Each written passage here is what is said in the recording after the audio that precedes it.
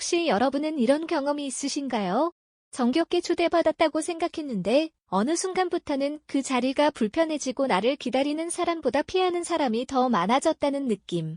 혹은 진심 어린 걱정으로 한 마리 도리어 사람들의 입을 타고 돌아와 오해와 거리감으로 되돌아온 적 아니면 누군가의 집을 다녀온 뒤 나도 모르게 마음 한구석이 작아진 경험이 있다면 오늘 이야기를 꼭 끝까지 들어주시길 바랍니다. 오늘은 왜 나이 들수록 방문을 조심해야 하는가에 대해 이야기하려 합니다. 이는 단순히 사회적 예절을 지키자는 차원의 이야기가 아닙니다. 노년기에 꼭 지켜야 할 존엄과 내면의 평화를 지키기 위한 삶의 태도에 관한 이야기입니다. 때로는 아무 말 없이 물러나는 것이 진심으로 상대를 위하는 길이 될 수 있습니다. 하지만 머리로는 이해해도 막상 내 마음은 쉽지 않지요. 내가 뭘 그렇게 잘못했나 그냥 정이 그리워서 간 건데 이런 생각이 밤늦게 문득 떠오를 때가 있습니다. 그래서 오늘은 우리 주변에서 충분히 일어날 수 있는 사례를 통해 왜 남의 집 방문이 관계를 불편하게 만들 수 있는지를 하나하나 짚어보려고 합니다. 그리고 그 속에서 우리가 놓쳤던 관계의 지혜를 함께 찾아보려 합니다. 첫째, 반복되는 방문은 관계의 무게가 됩니다. 박 선생님은 올해로 70을 넘겼습니다. 과거에는 중학교에서 기술을 가르쳤고 퇴직 후에는 늘 정해진 시간에 단지를 돌며 걷는 것이 하루의 낙이었습니다. 세상 일에 관여하지 않되 하루의 리듬을 잃지 않기 위해 그는 늘 같은 길을 같은 시간에 걷는 습관을 가지고 있었습니다. 그날도 그는 평소처럼 아파트 정문을 지나는데 어딘가 익숙한 얼굴이 눈에 들어왔습니다. 같은 학교에서 함께 근무했던 정교사였습니다. 40년 전쯤 함께 담임을 맡기도 했던 당시엔 둘도 없는 동료였죠. 세월이 많이 흘렀지만 얼굴은 여전히 그 시절의 온기를 간직하고 있었습니다. 정교사는 활짝 웃으며 말했습니다. 어이 박 선생이 근처 살아와 반갑다. 한번 집에 와 차 한잔하자고. 그 말이 그날의 시작이었습니다. 박 선생님은 며칠 뒤 손수 만든 도라지청과 함께 정교사의 집을 찾았습니다. 오랜만에 만난 반가운 옛 추억 그리고 더할 나위 없이 좋은 차맛까지 모든 것이 좋았습니다. 두 사람은 마치 그 시절로 돌아간 듯 웃음과 회상으로 몇 시간을 보냈습니다. 문제는 그 이후였습니다. 박 선생님은 매주 주말이면 빼놓지 않고 정교사의 집을 들렀습니다. 한 번은 부침개를 부쳐 들고 갔고 한 번은 손주가 준 고구마를 싸서 갔습니다. 그는 그 시간을 기다렸고 친구도 당연히 반가워할 거라 믿었습니다. 하지만 그 믿음은 오래가지 못했습니다. 어느 날 정교사의 아내가 현관 앞에서 조용히 말했습니다. 박 선생님, 저희는 주말마다 손자들이 와서 조금 곤란할 때도 있어요. 말끝은 흐려졌지만 박 선생님은 단박에 알아차렸습니다. 그의 방문이 반가움이 아닌 부담이 되고 있었던 것입니다. 그제야 깨달은 거죠. 그 초대는 예의였지 진심은 아니었구나. 정교사의 입장에서 처음엔 반가운 얼굴이었겠지만 주말마다 예고 없이 찾아오는 친구의 방문은 가족의 일상 리듬을 무너뜨리는 요소가 되었습니다. 어른들의 대화 소리에 아이가 낮잠을 못 자고 주방과 거실을 내어줘야 하는 아내는 점점 불편함을 느꼈습니다. 그날 이후 그는 아무에게도 방문 약속을 잡지 않았습니다. 그리고 그가 손에 쥐고 있었던 작은 선물 꾸러미를 조용히 자신의 현관 신발장 위에 올려두었습니다. 그가 내린 결론은 단순했지만 깊은 것이었습니다. 아무리 친한 사이여도 방문은 받는 사람의 평화를 먼저 생각해야 한다. 어떤 관계든 그 안에는 보이지 않는 선이 있습니다. 아무리 오래된 친구라도 아무리 정겨운 이웃이라도 그 사람의 집은 나의 공간이 아닙니다. 방문은 환대의 형식이지만 반복되면 침범이 되기도 합니다. 우리는 그 미묘한 차이를 알아차릴 줄 아는 지혜를 배워야 합니다. 둘째, 방문은 비교를 불러옵니다. 장씨 부부는 단지 내에서도 꽤 검소한 부부였습니다. 남편은 연금 생활자였고 아내는 여전히 전통시장 근처에서 반찬 가게를 하고 있었죠. 둘은 비록 넉넉하지는 않았지만 늘 손을 잡고 함께 걸어다니는 사이좋은 부부로 알려져 있었습니다. 이웃의 박 여사 부부는 반대로 부유했습니다. 집에는 매주 정원사가 다녀가고 손님이 오면 언제나 좋은 와인을 꺼냈습니다. 대문을 열면 풍성한 꽃밭과 마당의 분수가 보였고 그곳에서 나는 음악은 고급스러운 그 자체였습니다. 초반은 자주 왕래했습니다. 하지만 갈수록 장씨 부인의 표정은 어두워졌습니다. 어느 날 집에 돌아온 아내는 이렇게 말했습니다. 박 여사의 말투는 자랑이 아니라 사실이었을 겁니다. 하지만 듣는 이에게 그 말은 너와 나의 차이로 들렸습니다. 이런 말들이 장씨 부부의 가슴에 작은 흠집을 내기 시작했습니다. 그들은 이제 거의 왕래를 하지 않습니다. 장 씨는 그렇게 말했습니다. 평등한 관계라 여겼던 사이도 자주 방문하고 자주 대화하면서 미묘한 틈이 생깁니다. 그것이 질투가 아닌 상실감일지라도 마음의 거리에는 분명한 선이 생깁니다. 셋째, 방문이 잦아질수록 말도 많아지고 말은 갈등의 씨앗이 됩니다. 윤 여사는 72세입니다. 성격이 활달하고 손재주가 좋아 같은 단지 여성들 사이에서 인기가 많았습니다. 광장에 나가면 사람들 사이에서 중심이 되었고 누구보다도 먼저 음식을 나누는 따뜻한 사람이었습니다. 특히 평소 자주 이웃집을 오가며 함께 밥을 먹고 차를 나누는 일이 그녀에겐 큰 기쁨이었습니다. 하지만 문제가 생긴 것도 그 잦은 방문에서 시작되었습니다. 윤 여사는 사람들과 모이면 집에서 있었던 일을 자연스럽게 이야기하곤 했습니다. 어느 날도 그렇듯 가까운 이웃 아주머니 댁에 모여 이야기를 나누던 중 가볍게 이렇게 말했습니다. 요즘 며느리가 집안일을 잘못해서 손이 많이 가네. 뭐 성격은 괜찮은데 외동이라 그런가 봐. 그저 한숨 섞인 하소연이었습니다. 하지만 며칠 뒤 며느리의 태도가 싸늘해졌습니다. 어머니 제가 시집 잘못 왔다는 말까지 하셨다면서요. 다 들었습니다. 윤 여사는 말을 잃었습니다. 자신이 하지 않은 말조차 누군가의 입을 거치며 새로운 색을 잇고 돌아온 것이었습니다.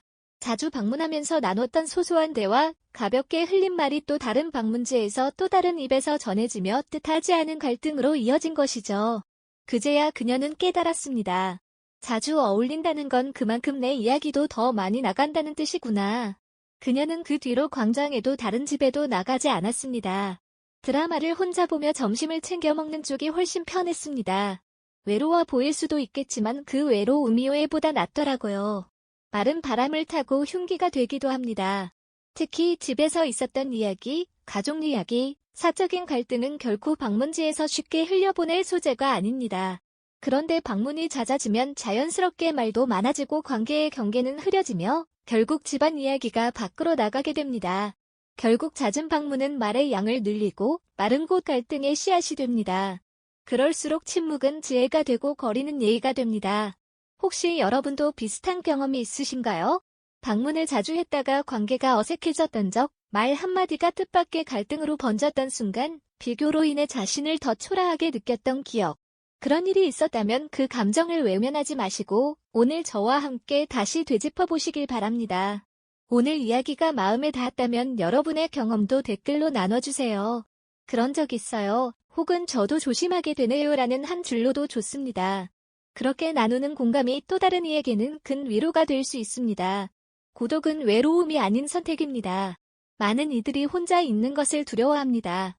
하지만 나이가 들수록 홀로 있는 법을 배워야 한다는 말이 있습니다. 고독은 결핍이 아니라 자기만의 공간을 존중하는 것입니다. 누군가의 집에 자주 찾아가는 것도, 너무 많은 관계에 자신을 노출시키는 것도 때로는 불필요한 피로를 낳습니다. 차라리 조용히 앉아 책을 읽고 음악을 들으며 혼자 차를 마시는 그 시간이 평화롭습니다. 주변의 모든 관계는 결국 선택입니다. 우리가 자주 방문하는 그 발걸음이 혹여 누군가에게는 부담이 되지 않을까? 이것을 미리 한 걸음 물러서 생각할 수 있다면 그것이 바로 노년의 지혜입니다. 나이가 들수록 찾아가는 것보다 기다려주는 것이, 말하는 것보다 들어주는 것이, 함께하는 것보다 혼자 있어주는 것이 더 큰 사랑일 수 있습니다. 일상에서 종종 타인들과 관계를 맺는 데에 지나치게 집착하면 내면 속 스스로와의 연결고리를 끊어버리곤 합니다. 많은 사람들이 혼자 있는 것을 피해야 하는 상황으로 생각하지만 사실 혼자 있는 시간은 내면의 평화를 찾는 소중한 시간입니다. 나이를 들면서 가장 크게 느끼는 건 혼자인 생활을 즐겨야 한다는 것입니다. 어른이 된다는 것은 곧 혼자가 된다는 것이다. 이 말은 나이 들수록 외로움을 느낀다는 원초적인 뜻만을 얘기하는 것은 아닙니다. 나이가 들어갈수록 오로지 자신만의 힘으로 참된 자아를 만들어야 하며 자기 삶의 주인으로서 스스로 책임져야 한다는 뜻 역시 포함하고 있기 때문입니다. 이번 영상을 통해 혼자만의 시간이 우리를 외톨이로 만드는 것이 아닌 인생 후반전에 또 다른 기회를 만들어준다는 것을 알려드리고 싶습니다. 저 또한 요즘 혼자만의 시간을 즐기고 있습니다. 언제부터인가 어떤 모임이나 단체에 억지스럽게 얼굴을 들이밀려고 애쓰지 않습니다. 그런 모임에 다녀오는 날은 왠지 온몸에 힘이 쭉 빠지고 하루 루틴이 엉망진창이 되어 다음 날까지 여파가 있기 때문에 중요하지 않은 모임에는 나가지 않으려고 합니다. 별로 만나고 싶지 않은 사람의 연락은 그냥 받지 않고 오는 전화를 무조건 다 받아야 할 필요는 없구나라는 걸 얼마 전에 느꼈습니다. 오랜만에 걸려오는 전화도 대부분은 보험을 들어달라고 부탁하거나 화장품, 영양제를 사달라고 부탁하는 결론으로 끝나는 것이 많이 씁쓸했습니다. 인생은 짧고 나의 시간은 소중하니까 헛된 인간관계들의 소중한 나의 시간과 에너지를 낭비하고 싶지가 않아졌습니다. 흔히들 사람들을 많이 만나면 대인관계 능력이 있다고 말하고 혼자만 있는 사람들을 보면 사람을 잘못 사귀고 사교성이 없고 대인관계 능력이 없다고 합니다. 하지만 반대로 생각해보면 혼자만 있는 사람은 혼자 있을 수 있는 능력이 있는 것입니다. 매일매일 사람들을 만나고 친구가 있어야 하고 누구를 꼭 만나야 하는 사람들은 혼자 있을 수 있는 능력이 없는 것과 같습니다. 많은 사람들은 외로움과 고독을 혼동하곤 합니다. 어느 학자는 외로움은 혼자 있는 고통을 표현하기 위한 말이고 고독은 혼자 있는 즐거움을 표현하기 위한 말이다라고 했습니다. 고독은 고통이 아닌 우리가 삶을 사는 데 있어 꼭 필요한 능력입니다. 고독은 상처를 치유하고 상실을 극복하며 개개인을 창조적인 삶으로 이끄는 힘을 지니고 있습니다. 또한 두려움 없이 고독에 맞서는 것이야말로 이별과 죽음, 스트레스 등을 극복하고 내면 가장 깊숙한 곳에 자신과 만나는 최고의 지름길입니다. 즉 외로움은 다른 사람과 단절된 상태로 스트레스를 유발하지만 고독은 스스로 선택한 것이기에 삶에 활력을 줍니다. 그러니 고독을 전혀 겁낼 필요는 없습니다. 나이 들수록 혼자 있는 시간을 충분히 즐길 줄 아느냐 모르느냐의 문제가 삶의 질을 결정하는 요소가 됩니다. 나이 들수록 혼자가 되어야 하는 이유를 알려드리겠습니다. 첫 번째, 인간의 불행은 고독할 줄 모르는 데서 온다. 대부분의 사람들은 혼자가 되는 것을 두려워합니다. 외로울까봐 혹은 외롭지 않기 위해서 필요하지 않고 감사하지 않은 인연을 애써 붙들고 있다는 생각이 든 적 있으신가요? 자신의 외로움과 두려움을 채우기 위해 주변 사람에게 집착하고 의존하게 되죠. 만나서 즐겁지 않고 위로받거나 건설적인 대화를 이어나가지 못하는 대상으로부터는 과감하게 혼자 떨어져 나오셔도 됩니다. 물론 혼자서 살기 위해 절대적으로 모든 것을 혼자서 해결해야 하는 것은 아닙니다. 도움을 필요할 때에는 적절히 도움을 청하고 지지를 받는 것은 중요하겠죠. 하지만 자기 자신과 면밀히 대화하고 자아를 발견하는 시간을 갖는 것은 평온하고 풍요로운 삶을 살아가는데 도움이 될 수 있습니다. 고독을 진정으로 즐기는 시간을 본인 스스로에게 주어보세요. 외로움을 피하려고 하지 않고 외로움을 선택할 줄 아는 사람은 인간관계에 여유로움이 있고 초연해집니다. 혼자 있는 능력은 세상과 단절을 의미하는 것이 아닙니다. 그저 혼자만의 시간을 스스로 다룰 줄 아는 능력이 있는 것이죠. 결국 혼자가 되는 방법을 모르는 사람, 타인에게 지나치게 의존하는 사람 곁에는 아무도 남지 않게 됩니다. 아플 때 혹은 내가 죽을 때가 두려워 주위에 관심을 강요하고 기대게 되신다면 혼자서도 시간을 잘 보낼 수 있도록 독서나 운동과 같은 취미 활동이나 자기 효능을 높이기 위한 봉사활동을 하고 또 자기 스스로를 위해 밥상을 차릴 줄 아는 능력을 길러보시는 것을 추천해드립니다. 외로움을 피하려다가 더 외롭고 괴로워집니다. 혼자가 되는 것이 나쁜 것만은 아닙니다. 자신을 위해 할 수 있는 일들이 너무나 많기 때문입니다. 자신의 두려움을 타인에게 의존해 해결하지 말고 스스로 두려움을 극복해 삶을 발전시키고 행복해져야 합니다. 두 번째, 좋은 인간관계를 유지할 수 있다. 역설적이게도 좋은 인간관계를 유지하기 위해 혼자만의 시간을 잘 보내는 것이 중요합니다. 혼자가 되기를 두려워하고 피하려고만 하는 사람은 남들의 기준에 끌려다니거나 지나친 집착으로 자신과 타인을 힘들게 합니다. 하지만 혼자 되기를 받아들이고 고독을 즐길 줄 아는 사람은 자신의 삶을 발전시키며 살아가게 됩니다. 외로움과 고독은 비슷한 단어처럼 보이지만 사실은 큰 차이가 있습니다. 무엇보다 이렇게 혼자 있는 능력을 키운 사람은 관계에 대한 실망과 집착에서 자유로워집니다. 나에게 부정적인 영향을 주는 사람에게 의존할 필요도 없어집니다. 그래서 굳이 노력하지 않아도 좋은 관계만 남게 되고 좋은 사람들과 존중하며 살아갈 수 있게 됩니다. 나이가 들면서 인간관계가 줄어든다고 걱정할 필요 없습니다. 나도 모르는 사이에 좋은 사람만 곁에 남고 있다는 증거이기 때문이죠. 세 번째, 삶의 질을 높일 수 있습니다. 우리가 사는 세상에는 소음이 너무 많습니다. TV, 유튜브, 게임, 말소리, 메신저 등 하루 종일 너무 시끄러운 환경에 노출되어 있습니다. 이렇게 무방비하게 노출된 소음은 내가 스스로 생각하는 걸 멈추게 합니다. 생각하는 걸 멈추고 스스로를 들여다보지 못하면 스스로 아무것도 하지 못하고 내면에 자리 잡은 나의 두려움과 마주하지 못하게 됩니다. 있는 그대로의 나를 수용하지 못하게 되는 거죠. 반면 혼자만의 시간을 보내고 내면의 힘을 키운 사람은 나의 내면에서 말하는 것이 진짜 나임을 알 것입니다. 그래서 혼자 있어도 고통스럽지 않고 편안하고 즐길 수 있게 됩니다. 누군가 자신을 챙겨주기 바라는 대신 자신이 배우고 싶은 것을 배우고 새로운 것에 도전하며 삶의 활력을 찾습니다. 이처럼 혼자 있는 능력, 내면의 힘을 가꾸는 것은 자신의 힘을 키우고 삶의 질을 높이는 길입니다. 우리는 더불어 함께 살아야 행복한 존재들입니다. 공동체 속에서 함께 생활하고 서로 돕고 서로 의지하고 살아야 합니다. 그런 속에서 삶의 균형을 이룰 수 있게 혼자만의 시간도 필요합니다. 나이 들수록 우리 내면을 들여다볼 수 있는 혼자만의 시간이 필요합니다. 이렇듯 나만의 시간을 갖다 보면 평소에 느껴보지 못한 변화를 경험하게 됩니다. 돈으로 살 수 있는 행복을 위해 일을 한다면 혼자만의 시간은 돈으로 살 수 없는 행복을 가져다 줍니다. 그렇다면 혼자서도 잘 지내는 사람들의 특징은 첫 번째, 새로운 경험을 두려워하지 않는다. 혼자서도 잘 지내는 사람들은 안정감은 자기 안에 있는 것이라는 점을 잘 알고 있습니다. 이들은 새로운 것을 탐험하기 위해 자신의 영역을 벗어나는 것을 두려워하지 않습니다. 이러한 태도는 이들의 삶을 놀라운 방식으로 풍요롭게 만들어줍니다. 새로움을 통해서 성장하고 자기 자신에 대해 기분이 더 좋아지고 스스로를 더 잘 알게 해줍니다. 이런 사람들은 자신의 삶에 대한 책임을 지기 때문에 책임감이 더 강합니다. 두 번째, 타인의 시선을 신경 쓰지 않는다. 그들은 다른 사람들에게 멋지게 보이려 하거나 타인의 시선을 의식하는 대신 스스로에게 집중합니다. 그들은 자신이 원하는 대로 살기 위해 노력하며 타인의 시선을 고려하지 않습니다. 이는 때로는 건방진 것처럼 비춰질 수 있지만 그들은 자신의 삶을 주도하며 스스로를 만족시키기 위해 노력합니다. 이런 사람들은 자신을 위한 선택을 하는 경우가 많기 때문입니다.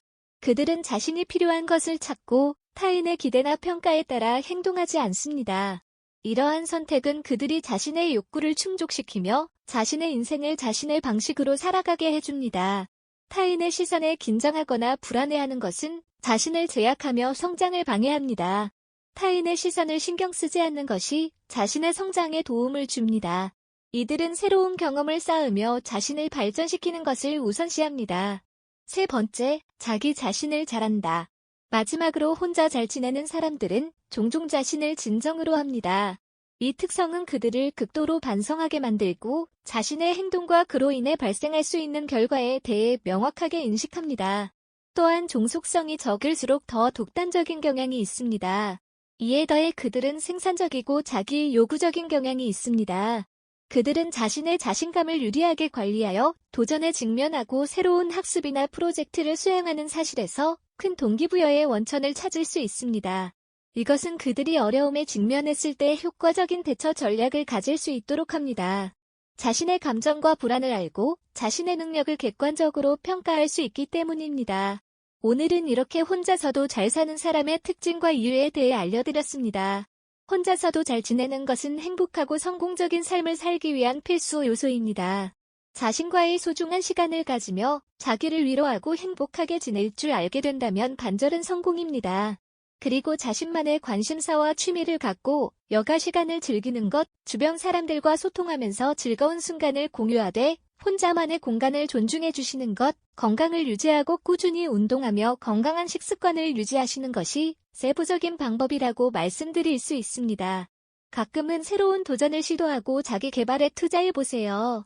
자연과 교감하며 힐링하는 시간을 갖고 자기 자신에 대한 사랑과 이해를 기억한다면 평온하고 풍요로운 노후를 즐기실 수 있을 겁니다. 마지막으로 좋은 글을 읽어드리겠습니다. 이번 글을 통해 나 자신과의 시간을 많이 갖길 바랍니다. 이젠 나 스스로를 사랑해야 한다. 우리는 이 세상에 올 때 혼자였다. 갈 때도 동반자가 있을 리가 없다. 사람으로 사는 것은 필경 외로운 일일 것이다. 고독을 즐기다가 새로운 인생을 만난 사람도 있고 오랜 동행에 종지부를 찍은 사람도 있다. 내 삶의 가치는 결코 타인에 의해 타인이 만들어 놓은 상황에 의해 매겨지는 것이 아니다.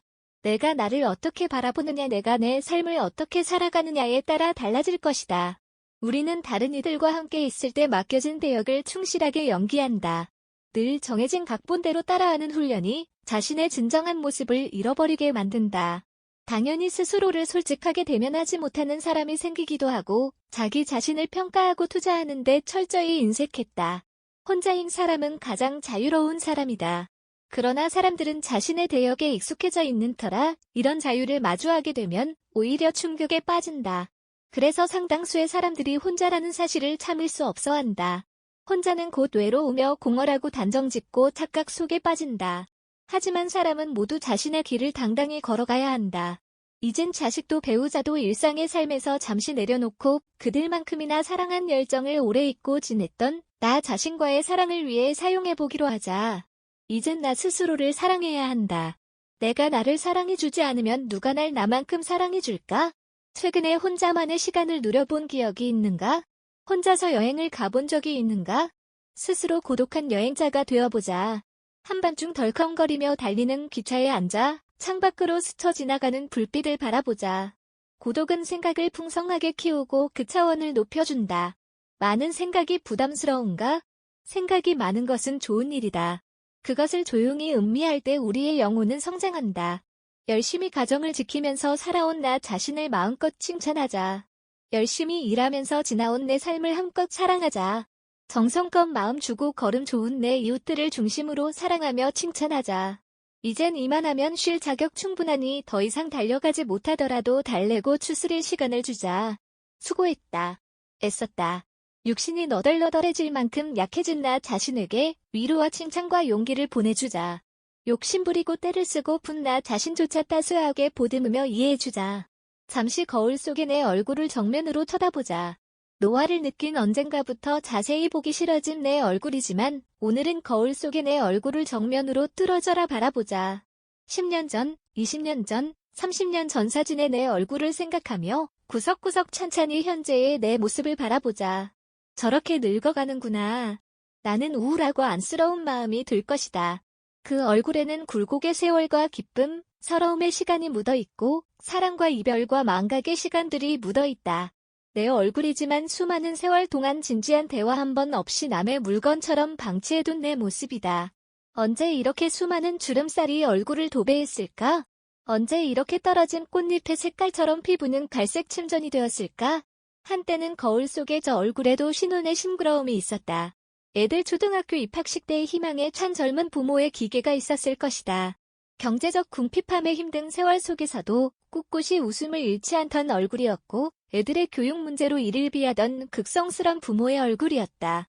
갑자기 먼 길 떠나는 부모님과의 영원한 이별을 회한의 눈물로 보내드린 얼굴이었고 지금은 당시 부모님의 얼굴로 쓸쓸히 거울 속에 있다. 낯설게 변해버린 굳은 무표정의 얼굴에게 이젠 진정으로 좋은 표정을 선물해주자. 지난 세월 근심과 걱정 속에서 찌들어간 내 얼굴에게 앞으로는 웃음과 희망을 전해주고 더 이상 주름살은 남겨주지 않도록 노력하자. 열심히 살아온 내 얼굴에게 그동안 너무 고마웠다고 말해주자. 수십 년을 동고동락해준 내 얼굴에게 지구상에 오직 하나뿐인 내 얼굴에게 남은 시간은 우리들만을 위해 바치겠노라고 약속하자. 생각은 말이 되고 말은 행동이 되며 행동은 습관이 되고 습관은 삶의 변화를 준다. 어떤 생각을 하느냐에 따라 인생이 달라진다. 내가 나를 사랑하지 않으면 남들 또한 나를 사랑해주지 않을 것이다. 첫 번째, 내가 제일 좋아했던 취미생활을 시작하자. 두 번째, 내가 진짜 가보고 싶은 여행지로 훌쩍 떠나자. 세 번째, 신발은 지금까지 신었던 가격보다 좀 비싼 걸로 투자하자. 네 번째, 마음을 터놓을 수 있는 친구에게 당장 전화해보자. 다섯 번째, 아직 용서해주지 않았던 사람이 있다면 가슴을 열고 용서해주자. 그러면 내가 편해진다. 여섯 번째, 거리가 멀더라도 맛집으로 이름난 식당을 찾아. 나 자신에게 음식 선물을 해주자. 일곱 번째, 매일 아침 눈을 뜨는 순간 나는 사랑받기 위해 태어난 사람이고 지금 이 순간이 가장 행복한 사람이라고 외치자. 이 글을 읽은 모든 사람이 과거에 어떻게 살았던 지금 당장부터 행복했으면 한다. 거울 속에 나선 나를 이젠 진정 사랑하는 대상으로 친하게 지내며 먼 훗날 영원한 안식여행을 떠날 때 너와 나 우리는 행복한 삶을 살았다고 말할 수 있었으면 얼마나 좋을까. 내가 먼저 내 얼굴을 사랑해라고 말하고 바로 행동을 했으면 합니다. 나를 없인 여기지 말고 위대하고 또 위대한 소중하고 귀한 사람이 당신임을 잊지 말고 살았으면 합니다. 나는 지구상 하나뿐인 내 얼굴을 사랑합니다. 왜냐하면 한평생 희노애락을 같이 경험하며 살아온 얼굴이니까요. 이제는 늦기 전에 인생을 즐겨라. 아주 오래 살 것처럼 행동하면 어리석다. 걷지도 못할 때까지 기다리다가 인생을 후회하지 말고 몸이 허락하는 한 가보고 싶은 곳 여행하라. 혹시 병들더라도 겁먹거나 걱정하지 마라. 태어나서 늙고 병들고 죽는 것은 누구에게나 오는 것 아닌가. 몸은 의사에게 맡기고 목숨은 하늘에 맡기고 마음은 스스로 책임져야 한다. 자식들이나 손자에 관한 일은 눈으로 보고 귀로 듣기만 하고 입은 꼭 다무셔라. 자신이 자신을 최고로 여기고 자신을 대접하며 살다가 생로병사에 순응하며 살자. 머물듯 가는 것이 세월인 것을. 살면서 중요한 말은 여기 지금이다. 나는 의대 교수였다. 79세의 노인이다. 정신과 전문의로 50년간 15만 명의 환자를 돌보고 학생들을 가르쳐왔다. 퇴직 후 왼쪽 눈의 시력을 완전히 잃었다. 당뇨병, 고혈압, 통풍, 허리 디스크, 관상동맥 격착, 탐석 등 7가지 중병과 고달픈 스트레스를 벗삼아 어쩔 수 없이 살아가고 있다. 한쪽 눈으로도 아침이면 해를 볼 수 있고 밤이 되면 별을 볼 수 있다. 잠이 들면 다음날 아침에 햇살을 느낄 수 있고 기쁨과 슬픔과 사랑을 품을 수 있다. 남의 아픔을 아파해 줄 수 있는 가슴을 가지고 있다. 세상을 원망할 시간이 없다. 지팡이 짚고 가끔 집 밖으로 산책을 했다. 한쪽 눈이지만 보이는 것만 보아도 아름다운 것이 많았다. 지금은 다리에 힘이 없어 산책이 어렵지만 계절이 바뀔 때마다 보이는 앞산 숲풀 색깔이 아름답다. 감사하다. 인생이란 바로 여기와 지금이다. 행복을 느낄 시간과 공간과 사람은 바로 지금이다. 지금 여기에서 함께하는 사람들과 어울려 한 번이라도 웃으며 이야기를 나눌 수 있는 내가 바로 즐거움이다. 살아보니까 그렇다. 뇌 속에서 행복을 만드는 물질은 엔돌핀이다. 엔돌핀은 과거의 행복한 추억 때문에 생기는 게 아니다. 지금 내가 즐거워야 엔돌핀이 형성된다. 사람이 어떻게 늘 행복하기만 하느냐고 묻는 이들도 있다. 그런 이분법적인 생각에서 벗어나야 한다. 어제 죽은 사람들이 하루라도 더 살기를 원했던 그 소중한 시간에 나는 오늘에 살고 있다. 괴롭고 슬퍼도 한 가닥 희망을 만들어보자. 살아있음이 즐겁고 만날 수 있음에 감사하자. 지나간 세월은 어렵게 살았더라도 다 행복했던 거라고 나이 든 사람들은 이야기한다. 왜냐하면 사람은 누구나 짜릿하게 행복한 시간이 있었다. 사람은 그 추억으로 사는 것 같다. 괴로움을 겪어봐야 행복할 줄 안다. 인생살이 살면서 오늘, 지금, 여기가 제일 중요하다는 말이 맞는 말 같다. 아내 없이 살아보니까 있을 땐 몰랐는데 젓가락 한쪽이 없어진 거야. 있을 때 잘해라는 말을 많이 들었는데 그럼 어떻게 살아야 할까? 우리 장인이 하신 말씀인데 나에게 주어진 대로 감사하면서 받아들이면 다 보여. 행복의 답은 바로 지금 여기 내 가슴에 담겨 있다. 고개 들어 저 멀리 하늘을 한번 보자. 이 영상을 보신 모든 분들은 오래오래 장수하시며 후회 없는 노후를 만들어 나가시길 간절히 기원합니다.